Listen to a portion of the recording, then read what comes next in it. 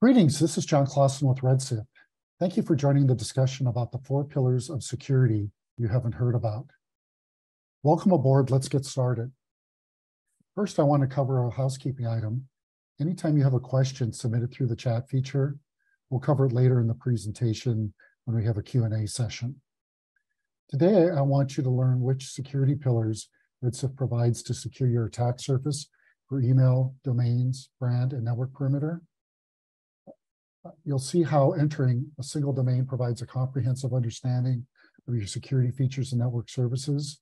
I'll help you learn how to protect your organization from web and email attacks that use outbound, inbound, and lookalike domains. And you'll gain insight into CTEM, Continuous Threat Exposure Management, CTEM. It keeps an eye on your infrastructure and certificates, prevents breakage, enables you to validate the security you want. So here are the 4 pillars. The first pillar is automated discovery and monitoring of your network perimeter. There are 3 layers to this. The foundation is discovery of all your domains, subdomains, certificates, hosts, IP addresses. So you get a complete list inventory, current inventory of what you have. The middle layer does an assessment and provides you with guidance. We use a traffic light metaphor. Green is good to go, yellow, prepare to stop, and red, stop immediately, take a look at what's going on. So within this assessment, you'll get actionable instruction on what to do with problems that are found, and they'll be prioritized for you as well. The second pillar is all about lookalikes. So lookalikes are used to attack your brand and commit fraud. We provide protection against that through discovery of all your lookalikes. You enter a single domain, and we go from there to find all of your lookalikes, as well as being able to take it to takedown. We have an integrated takedown service in this pillar for you to use. The third pillar is DMARC. DMARC's been around for a decade. It's a proven, effective security protocol for preventing exact spoofing of your domain. So exact domain impersonation attacks are stopped. The challenge is that it's configured through DNS, which can be tedious, brittle. It's just troublesome. So to get you to full enforcement, to gain the full benefit of DMARC, we've automated those sections that have been problematic for customers. And then the fourth pillar is about the things that get all the way past all the other layers of security that you have.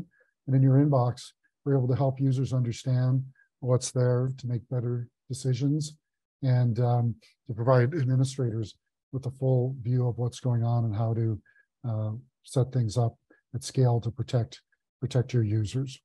These all are built on top of a single platform, the Redshift platform. So we get the benefit of data sharing, unified user model, and cross-product machine learning functionality. All that's there integrated in to the products. They can share that information and what's learned from one to another. You don't have to piece together things from multiple point solutions. Here's another way to look at this. Your org, think of that as any asset that touches the internet that's public facing, is at risk from a number of types of attacks. The lookalike sites we talked about, business email compromise, and more. So by using this CTEM approach to make sure we understand all your assets and assess them, doing that continuously, and then configuring these other layers of security, you're protected against all these attacks wherever these assets are on here. So again, CTEM, CTEM is the view of this now. So we're going to go do a demo of the 4 pillars. Have you ever seen a bad software demonstration? Well, I have. In fact, I've given one, but I'm going to make sure that I give a great demo today of the 4 software security pillars out here. The first pillar we talked about is for that CTEM aspect of it, being able to see everything that's exposed to the internet, understand if there are configuration or security issues with it, and do this continuously here. So this particular case in this demo, I've received a single domain. We've learned from that single domain that you have 506 domains related to it. You have 1,736 hosts, 317 certificates, and over 1,500 IP addresses making up your assets. And we're able to go in then and also look and see which ones are well configured, green, good to go, have warnings, yellow, prepare to stop, and red, stop, and see what's going on there. There's a high risk that's on there. I'm going to give you a closer example of this. So let's drill down into the all the certificates that are up here, and we'll take a high-level view of these that makes it simple to understand where to start and what's going on. So for all the certificates that are out here, we first take a look at month by month when they're expiring. Expiring certificates are the bane of our existence. They have to be dealt with, and it's easy to miss at least one. So customers tell me that oftentimes they've thought something was auto-renewing and one didn't renew for some reason. They've got them from multiple certificate authorities and didn't understand all that were out there, or they've even manually renewed a certificate and it didn't get rotated into place properly. So while they thought they'd closed the gap there, they were still exposed. The other area we go into is just looking at urgent issues overall that have to do with certificates.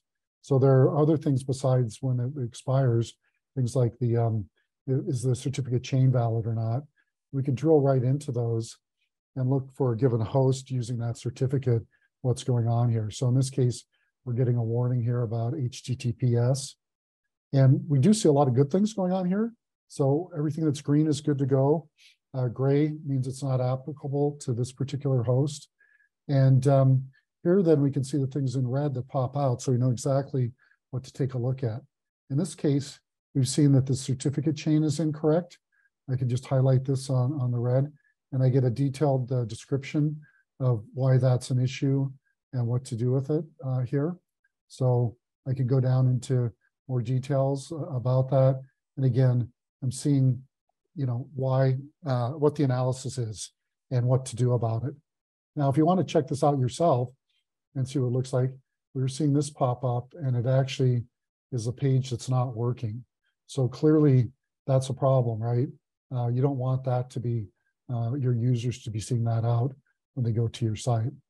So if we go back here, we've seen from the certificate dashboard, again, you populated with one domain all these assets, including all the certificates, and you're able to see where you can drill down into this, in this case, to urgent issues, and seeing what needs to be corrected there, and seeing what the impact is.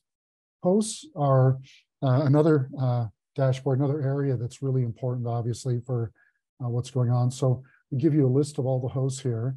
There's over 1,700 they're there. And then we go by the different areas like domain, email, and web to highlight what issues are out there by the different aspects of this. So I'll just go ahead again using the traffic light metaphor. I'm going to go to errors, the things that are in red, and I'm going to go take a look at this first one and see what's going on. And in this particular case, again, I'm getting another certificate issue. This time, it's actually very different. It still has to do with the certificate, but it's expired. So why would you want to have an expired certificate visible to the public?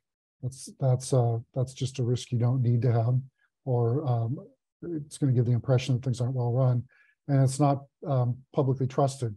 Again, the same thing's happening there. But when we go to take a look at this, we can see that this is not what you want. Some customer coming in and seeing they're going here, or an attacker who may think that you're easy prey, given that something like that's misconfigured on here. So again, we go back here to hosts. We're able to see everything here, all the hosts. We go through these, we can sort through them by what's urgent, what's and so on. And ultimately end up back here where we can get through all the assets that we're continually finding, assessing, and then configuring the email and web to make sure that they perform as we expect on here. Now, let's go to the second pillar of security. These are lookalikes. And what you're seeing here are a series of lookalike domains. These are potential domains that are related to a single domain that we put into the system here. And you can go ahead then and classify them low risk, high risk, or even mark them for takedown. So I look through here, what I'm seeing is that the, sorry, just fat fingered that. I can see that I've got a number of different areas here. Each of these columns represents something that could be interesting to you in terms of your security. So here's one I've just happened to pick, and it's highlighting a couple things that are really important. So why is it related? Is it because of the DNS signals coming out of it, spelling, so on? Is it web or email ready? If it's web ready or email ready, somebody could be sending emails from this, trying to fool your users, to spoof them, or get them to go to a website that isn't really what they think. And it goes through things like reputation and more. And in this particular case, we can see the screenshot.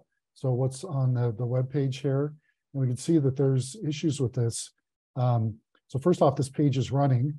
It shouldn't, somebody may have said they parked it, but with the things they've labeled on it for parking, it looks like they may be trying to siphon business away from a healthcare provider. It may be just that they're trying to capture ad revenue, but there's clearly, this shouldn't be out there, shouldn't be infringing upon your brand that's on here. So how did we get there? So just like with the first pillar, you simply entered in a single domain, and then we can see all these different attributes about it. We're going out there and constantly looking for all the different domains that are out there. And we could do the same with your logo. We can use that to identify where your logo is being used on lookalike sites. And we do this for millions of sites daily on here. So now that we've started to sort through these, let me go take a look at one that I've already marked for takedown. So this is high risk, and I've gone ahead and decided that not only is it high risk, it's worthy of being taken down. And why is it important to have integrated takedown? Well, there are a number of reasons. One is that all the evidence that we've gathered, we've been collecting network information, configuration information, screenshots, and so on. All of those are right here in one place. You can add in more information if you have it, email headers, emails, a write-up of what's going on, and so on there. These are all in one place, and they can be submitted together. The second thing is that once you hit apply for takedown, you're going to someone who has expertise in this. So this integrated service includes relationships with registrars in other countries. So if this domain was registered in China or Russia, there are already the trusted relationships there where we can get those taken down. And the managing of all the details and things happen for you as well. You just click the button on here and get the benefit of that takedown. So again, you're able to go ahead and benefit from that piece of it. So if we go on to the next pillar, this is DMARC. We talked about how the manual configuration of DNS has actually stopped a number of customers from either starting or completing enforcement. So they don't have the full protection. You've got to have that. The first area where you see that, for each domain that's out there, you need to see reports. And because this is coming through DNS normally, the raw XML reports aren't human readable. We found that was something that really challenged people. So we've turned these into human readable reports. We have guidance on what these mean. And we pick out the different senders who are using your domain. And you can then go through and determine whether you want to trust them or not. So trust could be marking them as an asset. So something like Google Workspace, Amazon Simple Email, MailChimp. These are all senders who need to use, you want to use your domain, so the emails are coming from them, and that makes perfect sense. It's these other ones where you may have never heard of the name, or it's an IP address. How do you get to those to see it? Well, first off, we give you additional information here, like the reputation. This could be something that's, you know, a shadow IT project. Somebody spun up something and never took it down. But if you do need to explore more, we've got the information to get the understanding you need to make a decision. So the from actually gives you a place where you can see who's sending, go back upstream and find out why they're using, what's going on, and all the detailed authentication results. Once you have that, then you get to two choices. So one is we make it very simple for you to simply copy and paste the statements you need into SPF or CTEM DNS records on there. We actually think a much better solution than that is to go ahead and use our hosted or dynamic services. And there's three critical reasons for doing that. The first is you make it so you don't have to go to DNS every time you make a change.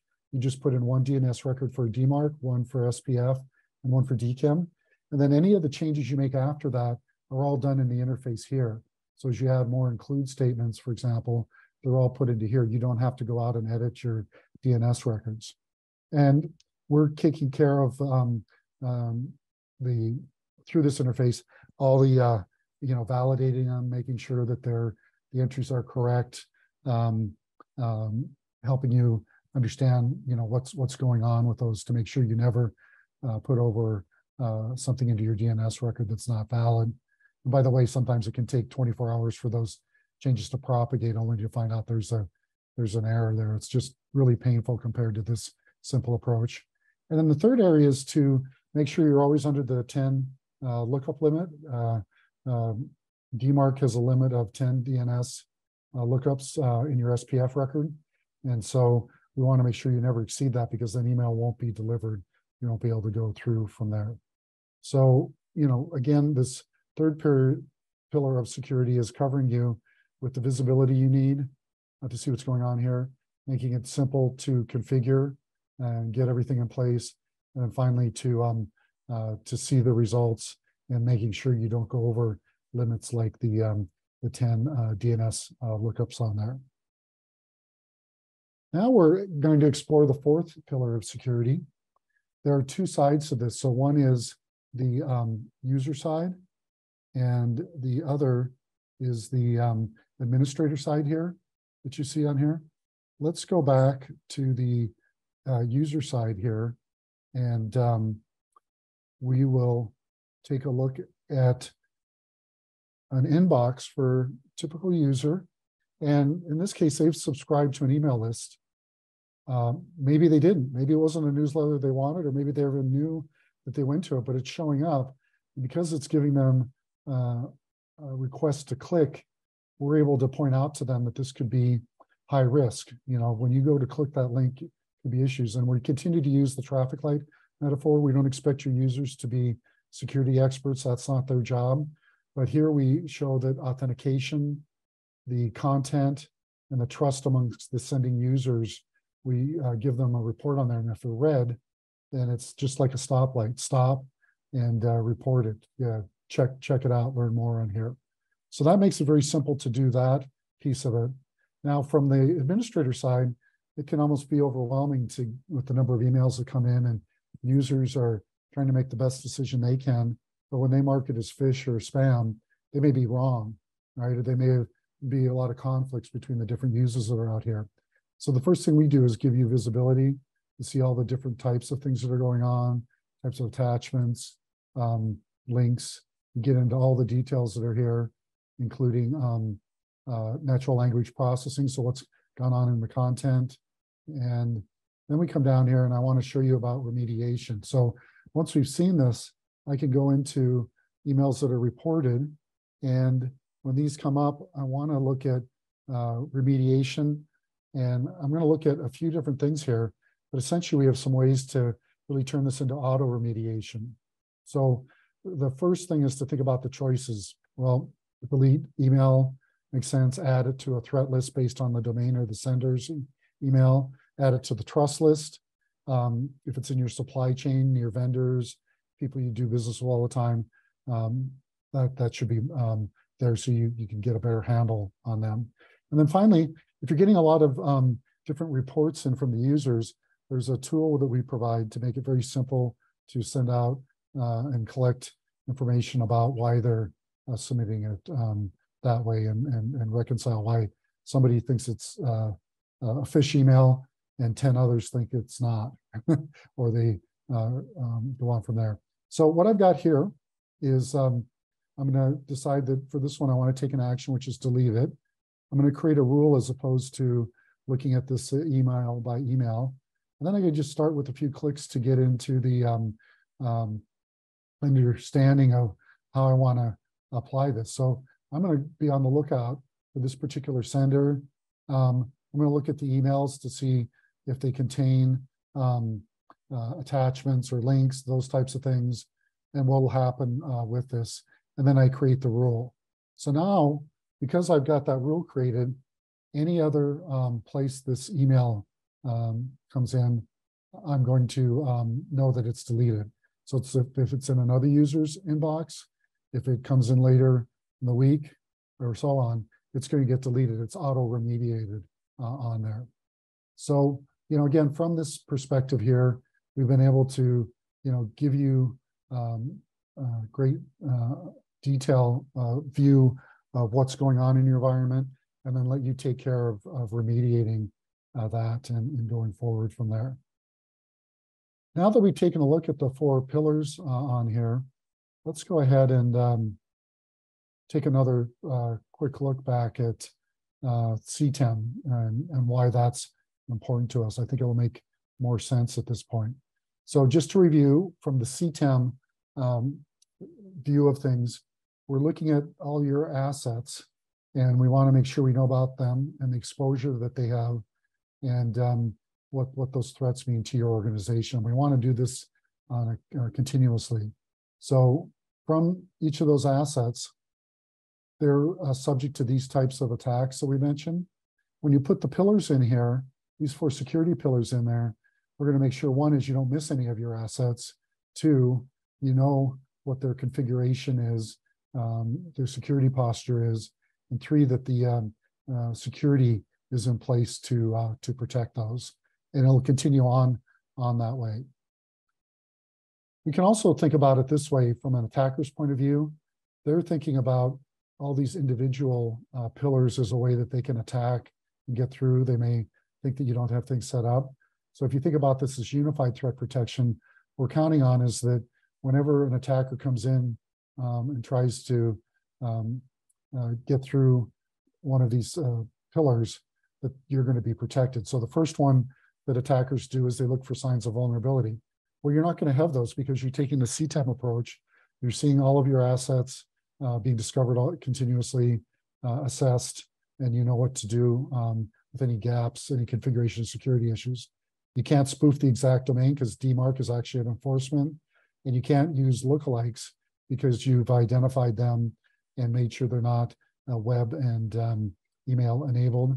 And finally, even when an attacker goes through and invests extraordinary amount of time in finding out about a senior executive at your organization, those attacks won't work because the warnings will come up in their inbox. Even though it's gotten through all the other layers of defense in place, it will do that. So instead of having a successful attack over $183,000, this actually came up a supply chain attack that occurred at the end of last year.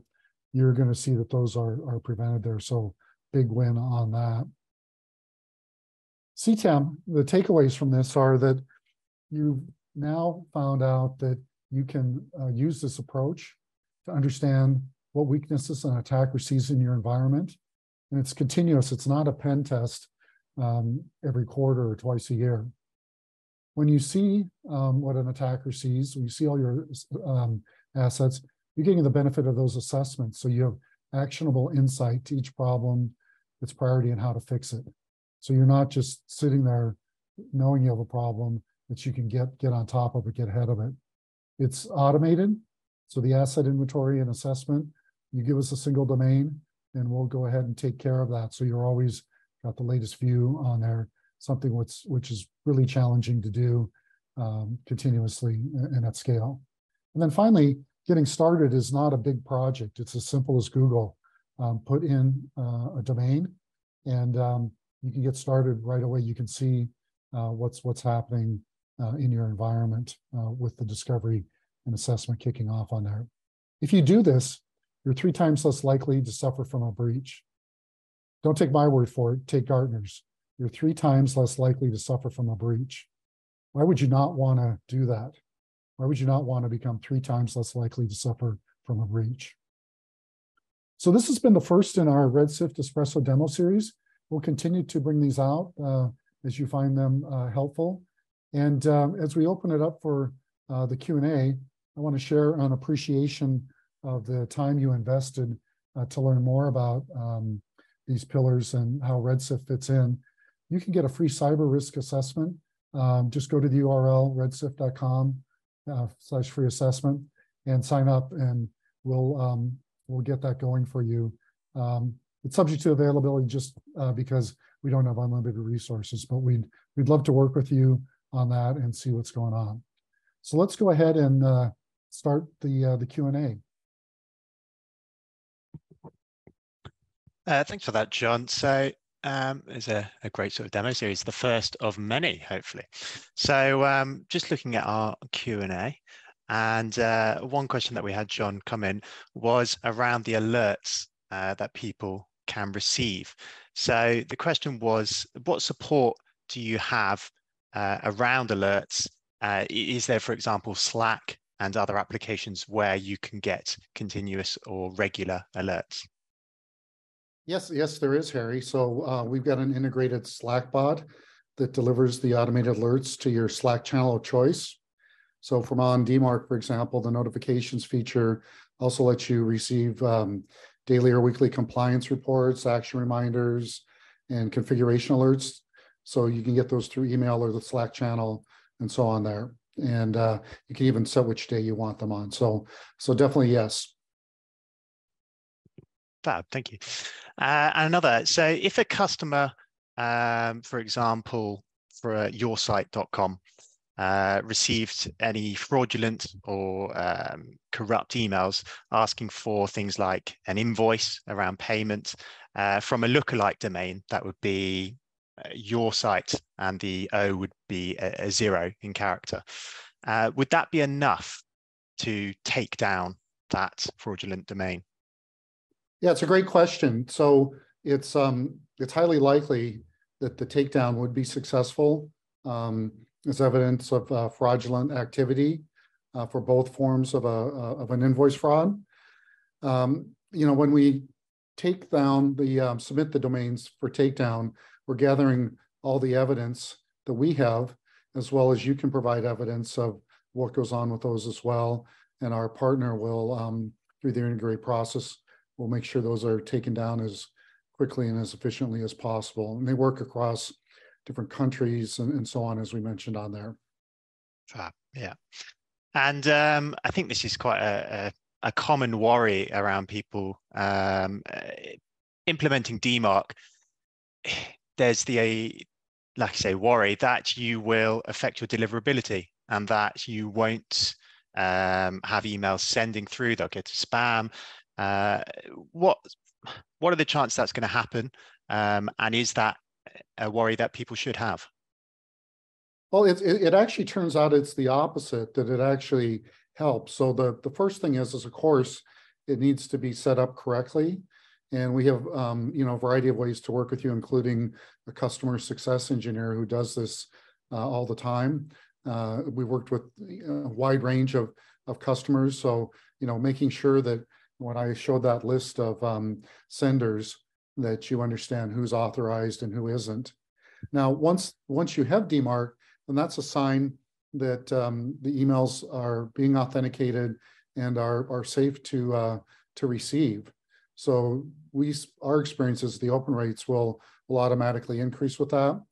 And I also didn't mention BIMI. So BIMI is a way to put your approved trademark, an icon in each email. And that gives another example, not just the emails received, but someone trusts it to open it up because they recognize that it's coming from you thanks to that that icon that's put in there through the BIMI offering we have. Fab. Another question here from this one regarding on inbox and the indicators that you showed. So the ACT, I suppose, traffic light indicators. Somebody's asking how are they different to, for example, a secure email gateway? Yeah, that's a great question. So if you think of layers of security, the secure email gateway, the SEG, is excellent at doing certain types of protection. And what we're looking at is what actually gets through on there. So you can think of the gateways as they understand kind of well-known signatures. You know, are there viruses and attachments? Is there mass spam or phishing going on? In contrast, what on inbox is designed to do is to look at very specific, we call them spear phishing attacks, right? Where you're actually going after one individual or a small group, and that they're, you know, besides being highly targeted, they're in low volume, and the gateways just don't see all of those. So that's where on inbox comes in to do that additional analysis. We saw that there was a request to confirm that you wanted to subscribe to a newsletter. You know, there's a lot of different things that could be going on there. If somebody's really crafted it well, it could be that that's a completely fake email. And when you click on the link to confirm your subscription, that you're actually going to get infected or taken to a place that you don't want to go. That's the kind of thing that on inbox can see because it's looking at the language in your inbox. It's understanding who is on your trust list of users and whether it's authenticated or not. The sort of gray mail, the in between, Exactly. sort of Yeah. catch-all. Yeah. Another question around OnDemark here. So is there a step-by-step guide to help marking email sources as assets or threats, or is it just a case of knowing your email universe? Well, it's a little bit of both. There is a guide and there's a knowledge base as well. So there's you know, we want to make sure there's it's more of a process of going through and looking at things. There are sources that we already know that are trusted and are good. And then there could be, you know, the internet's a mess, right? So there could be things that we've never seen before, you've never seen, and they might take some more work on those. But yeah, definitely there's a guide and a knowledge base to start going through. And if you reach the limits of that and have further questions about a particular source or best practices, then you can work with the customer success team on that. Yeah, and I think looking at our time, our final question is what do organizations do with DMARC when an email recipient forwards legitimate email to someone else and it fails DMARC?